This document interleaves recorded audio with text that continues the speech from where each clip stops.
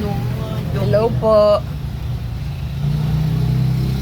Magandang umaga po. Meron po kaming customer na umorder po ng pizza, 3 piraso. So, iba't iba po yung flavor niya. Isang Hawaiian. Ano yun? Mushroom. Mushroom. Beef mushroom. Yung nasa baba.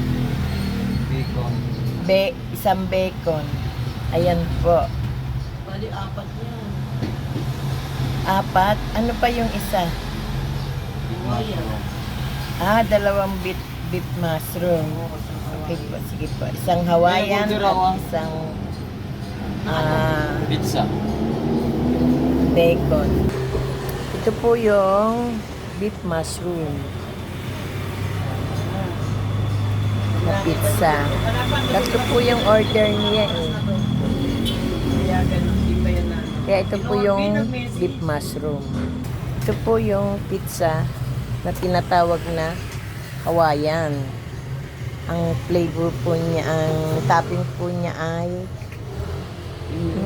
pineapple, ham and cheese and pineapple. Yan po hinihiwa ng aking manager. Ginagawa niyang 8 pieces. Yan po yung Hawaiian na tinatawag. Ito po yung pizza na bacon po. Yan po ang tinatawag na bacon. Wala po siyang mushroom. Bill paper lang po at saka sibuyas. Yun pong beef mushroom. So beef po at saka may mushroom na kasama. Tapos may sibuyas at saka